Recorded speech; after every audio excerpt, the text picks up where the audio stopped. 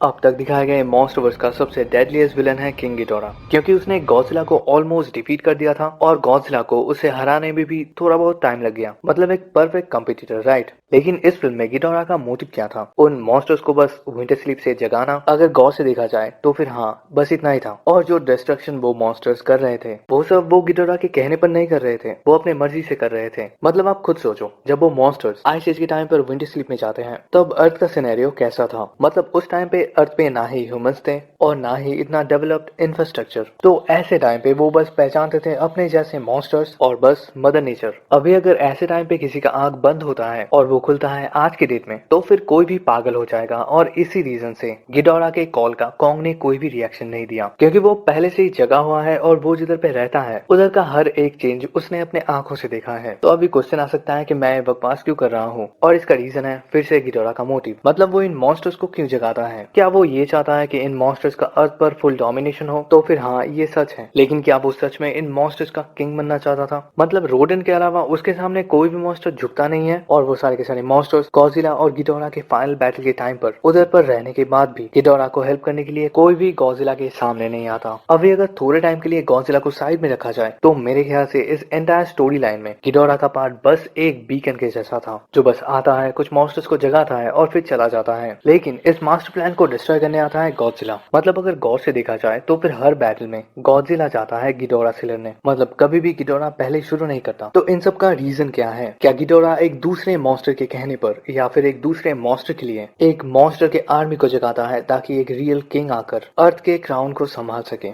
Ghidorah कभी भी king था ही नहीं। उसे ना ही अर्थ के लोग किंग मानते हैं और ना ही ये मॉन्स्टर्स। तो फिर ये सिनेरियो किस मॉन्स्टर के लिए था? Godzilla king of the monster film के बिल्कुल ओपनिंग सेकंड्स में हम लोगों को टोटल 3 नए टाइटन्स के साथ इंट्रोड्यूस किया जाता है। अब इन टाइटन्स को लाइव एक्शन में तो दिखाया नहीं गया, लेकिन हाँ, मॉन्स्टरवर्स में ये टाइटन्स एग्जिस्ट करते हैं। तो सबसे पहले दिखाए गए लेजेंडरी के इस बैड एस लोगों के बिल्कुल राइट साइड पर हम लोगों को दिखाया जाता है बीहीमथ, और लेफ्ट साइड पे है रोडन। बिल्कुल नहीं, वैसे ये रोडन के जैसे दिखता तो है, लेकिन आप इसके रेप्टिलियन टेल सेक्शन को मिस नहीं कर सकते। तो हाँ, ये मॉन्स्टरवर्स का एक नया मॉन्स्टर है जिसका नाम है टाइटनस क्विट्ज़लकोएटल, और ये नेक्स्ट वीडियो में एक्सप्लेन हो जाएगा। फिर अगले शॉट में दिखाया गया है वार्नर ब्रोस के लोगों के बिल्कुल लेफ्ट साइड पर हम लोगों को दिखाया जाता है टाइटनस सेकमेट, जिसका बॉडी एक ह्यूज लायन और एक ईगल का मिक्सचर है, और इसका भी ओरिजिन वीडियो थोड़ा टाइम बाद आ जाएगा। लेकिन इधर पे सबसे इंटरेस्टिंग है ये मॉन्स्टर, एक मल्टी हेडेड ड्रैगन, जिसे देखकर लगता है कि ये गिडोरा है, लेकिन आप इसके इन 4 लेग पीस को मिस नहीं कर सकते। तो हाँ, ये वही मॉन्स्टर है जिससे गिडोरा इंस्पायर है, और मेरे ख्याल से ये वही मॉन्स्टर है जो गिडोरा को ट्रिगर करता है। जापानीज मिथोलॉजी का सबसे डेडलीस्ट बीस्ट टाइटनस यामाटा नो ओरोची, जो अभी के टाइम पे माउंट फिजी के मोनार्क आउटपोस्ट में रहता है, और इस मॉन्स्टर के साथ शायद गिडोरा का कोई रिलेशन है। मतलब आप पुराने मॉन्स्टरवर्स के साथ इस नए मॉन्स्टरवर्स को कंपेयर नहीं कर सकते। और ये वार्नर ब्रोस का नया मॉन्स्टरवर्स पुराने टोहो मॉन्स्टरवर्स से बस इंस्पिरेशन लेता है, और इसी रीजन से हम लोगों को इन मॉन्स्टर्स के बारे में इतना डिटेल में पता चलता है। पुराने मॉन्स्टरवर्स में गिडोरा एक बॉस था, लेकिन ये जो नया मॉन्स्टरवर्स वर्ल्ड वाइड ऑडियंसेस के लिए बनाया गया है, इधर पे गिडोरा शायद एक बॉस नहीं है, और इसी रीजन से गिडोरा को इतना जल्दी मार दिया गया। और इसी रीजन से मेरे को लगता है कि नया बॉस है ये मॉन्स्टर यामाटा नो ओरोची, क्योंकि इस मॉन्स्टरवर्स के क्रिएटर्स शायद ये सोच रहे होंगे कि गॉडजिला को पहले एक 3 हेडेड ड्रैगन से लड़ाते हैं, फिर गॉडजिला जीत जाता है बहुत अच्छे, और फिर इसके बाद गॉडजिला को और भी बड़े टाइटन जैसे कि एक 8 हेडेड ड्रैगन से लड़ाते हैं। अभी मॉन्स्टरवर्स में यामाटा नो ओरोची एक फुली ग्रोन गिडोरा की फॉर्म में हम लोगों के सामने आएगा, या फिर गिडोरा के ओल्ड वर्जन के हिसाब से हम लोगों के सामने आएगा, जो गिडोरा के स्पीसीज का ही है, ये तो मेरे को पता नहीं। लेकिन हाँ, गिडोरा की डेथ को इतना जल्दी दिखाने का मतलब ऐसा हो सकता है, और अगर ऐसा दिखाया गया तो फिर हम लोगों को भी थोड़ा अलग दिखने मिल जाएगा। मतलब कॉन्ग और गॉडजिला दोनों मिलकर एक ऐसे ह्यूज मॉन्स्टर को हराने की कोशिश कर रहा है। ये फाइट कौन नहीं देखना चाहेगा? लेकिन जो भी हो, अभी के टाइम पे करते हैं जापानीज मिथोलॉजी के इस मॉन्स्टर को एक्सप्लेन, और देखते हैं कि इस मॉन्स्टर का ओरिजिन क्या है।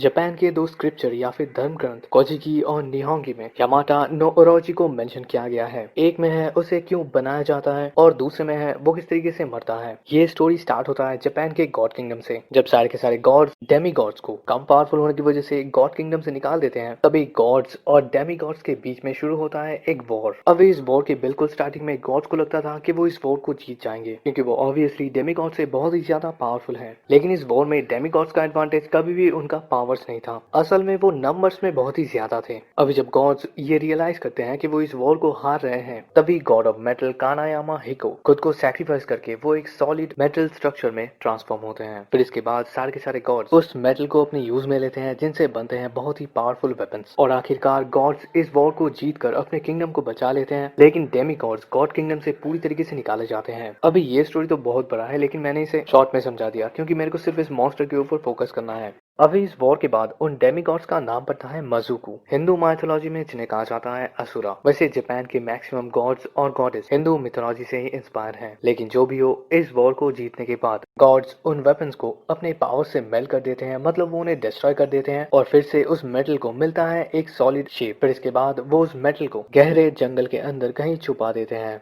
फिर बहुत टाइम बाद उसी जंगल का एक ट्राइब उन मेटल्स को फाइंड आउट कर लेते हैं, और फिर वो उस मेटल से दुनिया के सबसे बेहतरीन सोर्स बनाते हैं। और हाँ, कटाना या फिर सामुराई सोर्स का कंसेप्ट यहीं से आया था। अभी जैसे कि ये सोर्स मिस्टिकल पावर से लेस थे, तो इन सोर्स को जो लोग चलाते थे वो इन्हें चलाते टाइम नॉर्मल इंसानों से भी ज्यादा पावरफुल बन जाते थे। अभी जैसे कि ये लोग बहुत ही बेहतरीन वॉरियर्स थे, तो इन्हें इतना बेहतरीन फाइटिंग स्किल्स प्रोवाइड करने के लिए गॉड ऑफ वॉर फात्सु नुसी नो कामी को प्रे करना था। लेकिन इस टाइप के लोग ऐसा कुछ भी नहीं करते। फात्सु नुसी नो कामी असल में गॉड ऑफ वॉर होने के साथ साथ अमात्सु मिकाबोसी गॉड ऑफ इविल के आर्मी जनरल थे। अभी गॉड ऑफ वॉर के कहने पर गॉड ऑफ इविल अमात्सु मिकाबोसी हेवन और मिडगार्ड के क्रिएटर आमा नो मिनाका नोशी को मैनिपुलेट करते हैं, ये कहकर कि मजोको ट्राइब ने गॉड ऑफ मेटल के उन मेटल्स को फाइंड आउट कर लिया है और वो बहुत ही जल्दी उनसे वेपन्स बनाकर फिर से गॉड किंगडम पर अटैक करने वाले हैं। अभी ये सुनकर Lord of Midgard and heaven बहुत ही ज्यादा गुस्सा हो जाते हैं, और फिर वो अपने सोच से एक extremely powerful 8 headed dragon Yamata no Orochi को क्रिएट करते हैं, जिसके पास रहता है सन गॉडेस कोमोई की फायर पावर, और उसका साइज होता है गॉड ऑफ माउंटेन ओहिमत्सुमे के प्राइड से भी ज्यादा बड़ा। अभी जब Yamata no Orochi god of heaven and earth के सामने आता है, तभी गॉड उस मॉन्स्टर को ये ऑर्डर देते हैं कि उसे दुनिया के सारे मेजोकू को खत्म करना है, और उसे अपना ये काम शुरू करना है याकुशिमा के जंगलों से। और एकदम आखिर में जब उसका काम खत्म हो जाएगा, तब उसे लास्ट टाइम के लिए सन गॉडेस के पावर को यूज करना है ताकि वो खुद को डिस्ट्रॉय कर सके,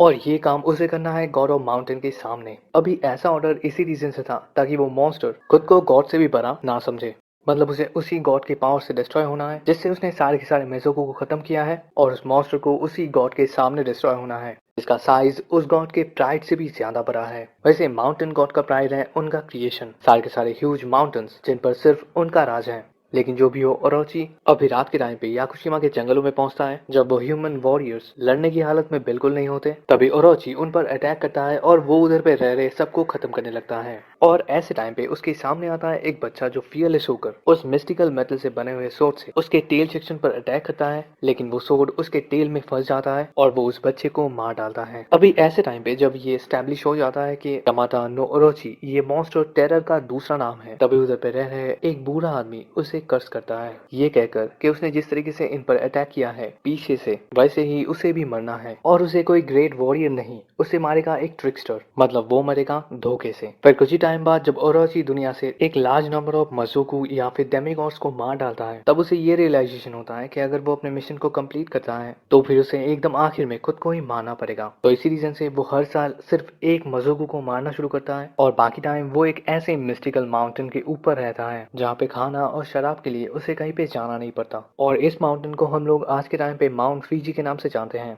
अभी ये स्टोरी और थोड़ा सा आगे बढ़े उससे पहले हम लोगों को जापानीज गॉड्स को थोड़ा सा समझना पड़ेगा। अगर किसी जापानीज गॉड का डेथ हो जाता है तो फिर एक या फिर मल्टीपल केपेबल इंसानों के अंदर उस गॉड का पावर ट्रांसफर हो सकता है, और ऐसा भी नहीं है कि एक गॉड एक ही एलिमेंट को कंट्रोल करेगा, मतलब अर्थ के एलिमेंट को दो गॉड्स मिलकर कंट्रोल करते हैं, और ऐसा ही कुछ है god of lightning, god of sun और गॉड ऑफ वॉर के लिए। वैसे जापान में टोटल 5 गॉड्स ऑफ वॉर हैं। अभी बहुत साल गुजर जाते हैं और नया गॉडेस ऑफ सन बनती है अमेतेरासु, और उनका भाई सुसानु बनता है नया God of thunder and mischief. अभी अमेतेरासु को बाकी सारे गॉड्स एक परफेक्ट गॉडेस ऑफ सन मान लेते हैं, लेकिन बाकी सारे गॉड्स सुसानु को बहुत ही जल्दी बनी केयरलेस नेचर और एक कॉन मैन बिहेवियर की वजह से उसे गॉड किंगडम से निकाल देते हैं। इसके बाद सुसानु अर्थ पर घूमते हुए इजोमु के प्रांत पर पहुंचता है, जिसे आज के टाइम पे कहा जाता है शमाने। सुसानु को अभी भूख लगती है और फिर वो हाई रिवर पर 2 चॉपस्टिक्स को बहते हुए देखता है, और वो जिधर से आए हैं सुसानु उस तरफ चलने लगता है, और फिर वो बहुत ही जल्दी एक डेमीगॉड के घर को फाइंड आउट कर लेता है।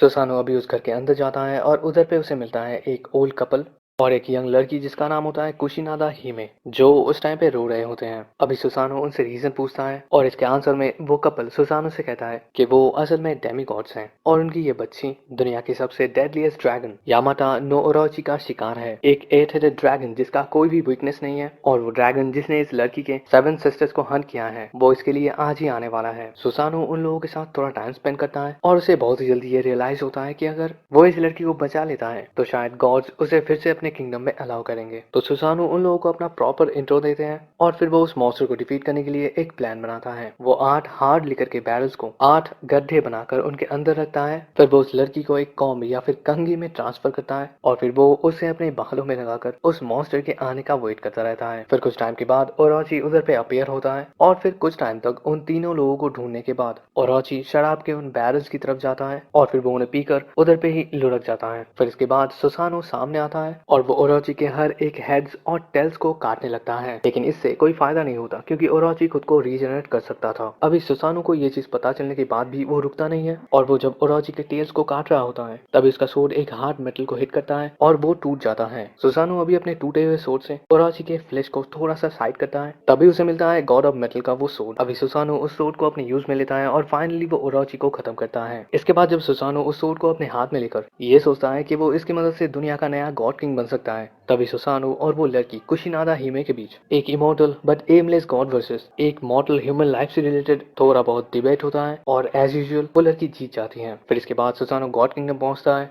जहाँ पे वो अपनी सिस्टर गॉडेस ऑफ सन अमितरासु को वो सोर्ड गिफ्ट करता है और फिर गॉड किंगडम में उसे एंट्री मिलने के बाद भी वो अर्थ पे आकर उस लड़की के साथ एक नॉर्मल ह्यूमन की तरह लाइफ स्पेंड करता है और बस इधर पे ही ये स्टोरी खत्म होता है। अभी मॉन्स्टरवर्स में शायद ओरोची को गिटोरा के ओल्ड वर्जन के हिसाब से दिखाया जाएगा या फिर उसे एक कम्प्लीटली न्यू बैक स्टोरी के साथ इंट्रोड्यूस किया जाएगा, ये चीज तो मेरे को पता नहीं, लेकिन अगर उसे गिटोरा के ओल्ड वर्जन के हिसाब से दिखाया गया तो फिर उसका साइज बहुत बड़ा होगा, मतलब 3 हेडेड गिटोरा 500 फीट। अभी अगर 8 हेडेड गिटोरा आएगा तो फिर उसका हाइट कितना होगा। और अगर किसी फिल्म में ऐसा दिखाया गया कि गॉडजिला, कॉन्ग, बेहीमथ और भी कुछ अच्छे मॉन्स्टर्स मिलकर एक ऐसे ह्यूज मॉन्स्टर को डिफीट करने की कोशिश कर रहे हैं तो मतलब बवाल हो जाएगा। लेकिन जो भी हो, आपको क्या लगता है इस मॉन्स्टर को किस तरीके से इंट्रोड्यूस किया जाएगा? और अगर इस मॉन्स्टर से रिलेटेड कुछ इन्फॉर्मेशन है आपके पास तो फिर बता देना कमेंट में। तो भाई मिलते हैं आपसे अगले वीडियो में। Till then take care and peace out.